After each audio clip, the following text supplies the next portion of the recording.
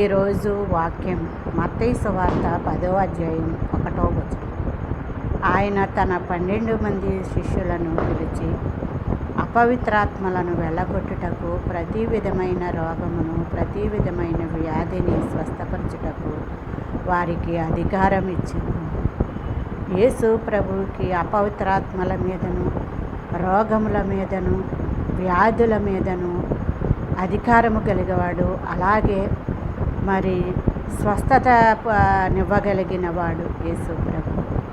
అందుకని తనకు కలిగిన అధికారాన్ని తన సేవా పరిచర్య 33.5 సంవత్సరాల్లో మరి అనేక మంది శిష్యులను ఏర్పాటు చేసుకున్నప్పటికీ చివరికి 12 మంది శిష్యులు మిగిలారు.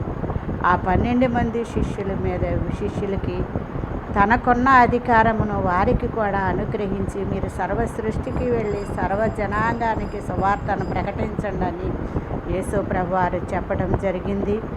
అలాగే మరి వారికి అధికారము ఇవ్వటం జరిగింది. అపవిత్రాత్మలను వెళ్ళగొట్టడానికి, మరి రోగులను స్వస్థపరచటానికి, మరి ఆయన దేవుడు కలిగి ఉన్న అధికారాన్ని అంతటినీ శిష్యులకు అనుగ్రహించి ఈ లోకములో మరి అనేక మంది రోగులను స్వస్థపరిచిన దేవుడు.